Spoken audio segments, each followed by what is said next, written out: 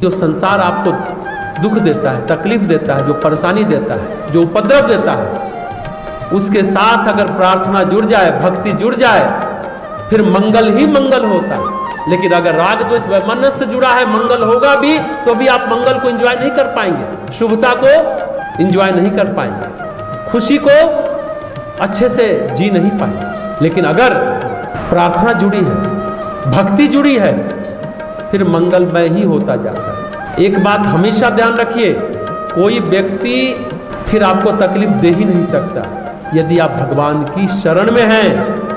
हम हमेशा कहते हैं पीड़ा जितनी गहरी होती है, प्रार्थना उतनी ही सघन हो जाती है। अगर आप सकारात्मक हैं, अगर आप नकारात्मक हैं, तो पीड़ा जितनी सघन होगी, विद्वेष उतना गहरा होता चला जाएगा, छल उतना आप करने चले जाएंगे, उसको नीचा दिखाते चले जाएंगे और अपने लिए फिर दुख पाप कर्म बढ़ाते जाएंगे, दुख में डूबते चले जाएंगे, पीड़ा में और डूबते चले जाएंगे। पीड़ा जितनी गहरी होती है, प्रार्थना उतनी ही सघन होती है अगर आप पॉजिटिव हैं।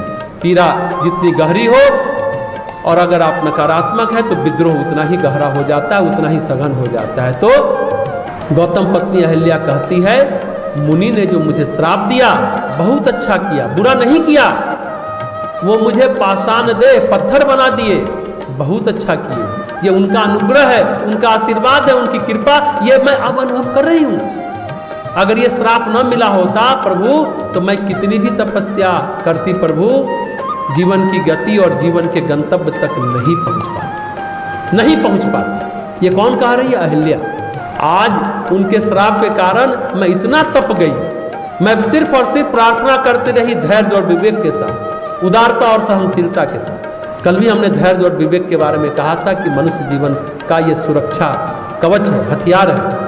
उदारता और सहनशीलता भी जीवन को आगे बढ़ाने के तत्व हैं, उदारता और सहनशीलता।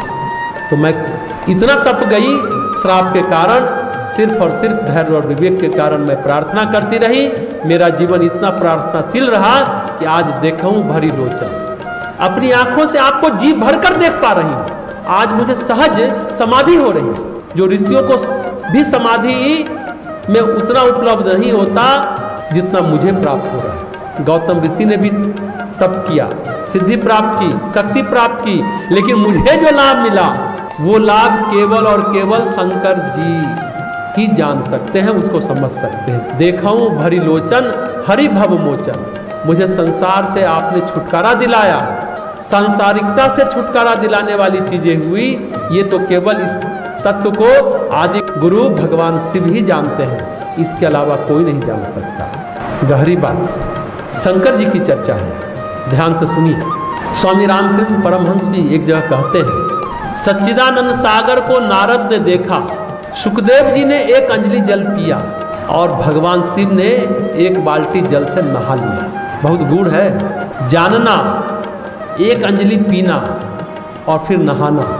लेकिन अहिल्या कहती कि उसके आगे भी कुछ और, जिसे मैं आज देख रही हूं, मैं आज उसका अनुभव कर रही हूं, अपनी आंखों से, अपने नेत्रों से लाभ प्राप्त कर रही हूं कि और ये बात कहां, किसी और को कहां प्राप्त हो पाए, किसी को प्राप्त नहीं। देखिए भगवान राम को तो सभी ने देखा, मिथिला में देखा, रास्ते में जा रहे थे तो भी लोगों ने देखा होगा, अयोध्या में तो रहते ही थे तो लोगों ने देखा होगा। लेकिन सबों का देखना और अहिल्या के देखने में फर्क है, इसको समझने की कोशिश करिए।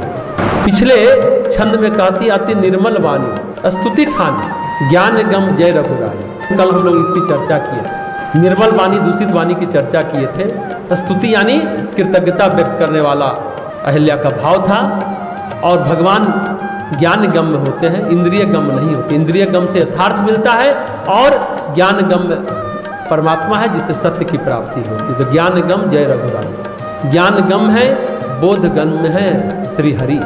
सिर्फ बोध का अनुभव कब होता है? सिर्फ जानकारी बोध नहीं है, ज्ञान नहीं है। अनुभव जब होता है ना, जब जिस जानकारी का अनुभव होता है तो अनुभव ज्ञान में बदलता है।